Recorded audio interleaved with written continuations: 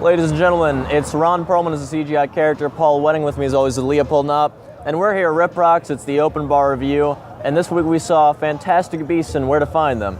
But first, Leo, I want to talk to you about Squarespace. Leo, did you know Squarespace is the all-in-one website designer where you can design your own blog, your own shop, all customized within Squarespace's domain? I don't know if we're actually sponsored by them. I just assumed that you had to shout out Squarespace if you had a podcast or a video series. Anyway, tell us about the movie, Knopp.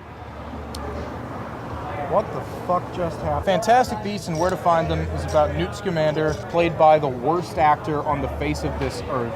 He comes to New York with a briefcase full of magical creatures, and they get loose, and bad things happen. I think this movie clocked in at 5 hours, and I'm not going to check that to verify. It was actually somewhere around 6.5. Oh.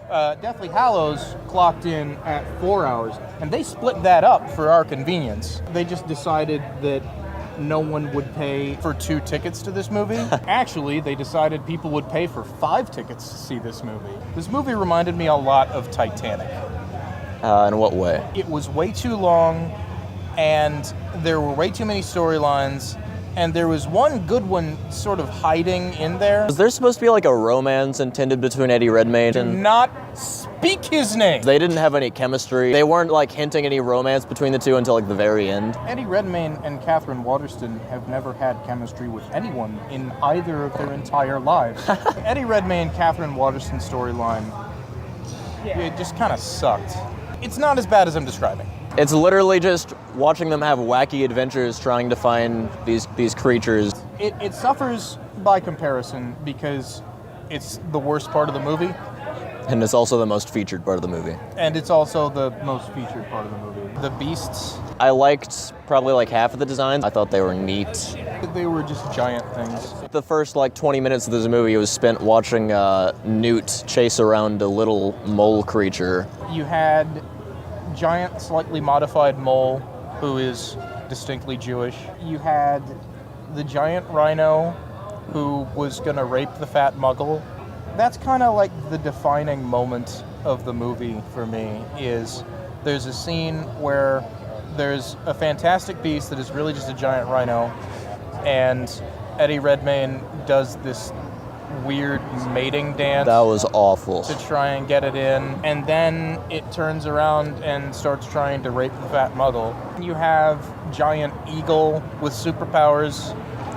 Yeah, that was the least creative design. It was just a big bird. Then you have giant dung beetle. Who was the giant dung beetle?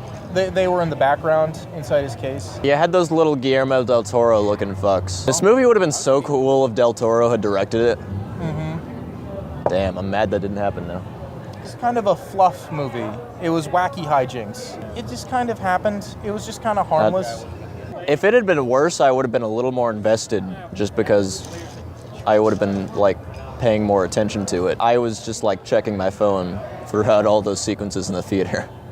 I kind of was too. Mild spoilers because none of the advertisements featured this much more interesting secondary plot. There's like this cult that's going on called Second Salemers. Yeah. There's like these religious fanatics who want to kill all the magical people that they totally know exist. Graves, played by Colin Farrell, is a high-ranking wizard in the United States Ministry of Magic. He has had a vision that a child with these Second Salemers, they're also like an orphanage or something. Something like that. They have a lot of children, and it's really creepy. But he has had a vision that one of these children will become an incredibly powerful witch or wizard. And so he's working with an older boy named Credence. Credence Clearwater Revival, I think was his full name. Played by Ezra Miller, who he's having people watch for anyone who displays magical powers.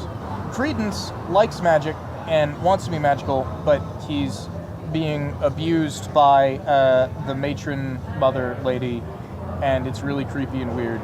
And he's also being used by Colin Farrell to find this child, and that's really creepy and weird. I thought Colin Farrell was actually the most interesting character in this movie, and I wish they had done more with him. I thought Ezra Miller was the most interesting character in this movie. I wish they'd done more with him. He came off a little, like, morally gray, like, not entirely a bad guy to me, which I really enjoyed. Yeah, through most of the movie, you're kind of wondering if he's a good guy or a bad guy. The filmmaking completely shifted. In the segments that are about Newt Scamander, it's just kind of standard and boring. And then when it gets into this weird, dark subplot, the cuts are really fast and really dreamlike. Colin Farrell's character always has this weird thing going on where he's much more powerful than he's supposed to be. Mm-hmm. Like that scene where they had them in the court and he's just waving his hand around and kicking everybody's ass. There's a scene right after that where he's interrogating them and he decides on his own that they need to be put to death. This is like their first interview and he's like, well, you two clearly need to be put to death. And everybody goes with it. And I'm like, slow your fucking roll, Rick Perry. It always felt like there was something wrong whenever he was on the screen. Yeah. And I liked what they did with that. The subtext of this movie has a lot to do with homosexuality. Yeah, I noticed that too. You have this religious fanatic group who says the thing is bad, and you have a kid, a pubescent kid with a terrible haircut, who is repressing the thing because he's being told that it's bad and having it literally beaten into him that it's bad. They've announced we're going to have Gellert Grindelwald as the villain for the next couple, and they're probably going to bring Albus Dumbledore in, that they have a gay relationship. Mm-hmm. So there's probably going to be some very overt LGBT issues in the next few movies. So I thought it was good that they seeded that in. Full on ending details, spoiler warning here. The coolest thing in this movie, it's called an Obscurus. When a young Witcher wizard represses their magic, they turn into a giant smoke monster and destroy everything. So he goes like, ah, and turns into a giant smoke monster. And Catherine Waterston's like, hey, calm down. And Colin Farrell's like, hey, calm down. And he's starting to calm down. And then the entire wizarding police force shows up and murders him. Like Bonnie and Clyde style, just fucking shoots the shit out of him for like a minute. They all shoot him. He is clearly the victim here. Yeah. This character has been mentally and physically abused his entire life. He has this massive internalized hatred complex. And the governmental system that was supposed to have helped him years ago killed him because they were scared. Yeah. And then the movie just keeps going. You're dealing with repression and internalized hatred and fanaticism. This is kind of just what happens when you have plot lines that are that dark and that challenging and you don't really pay attention to them.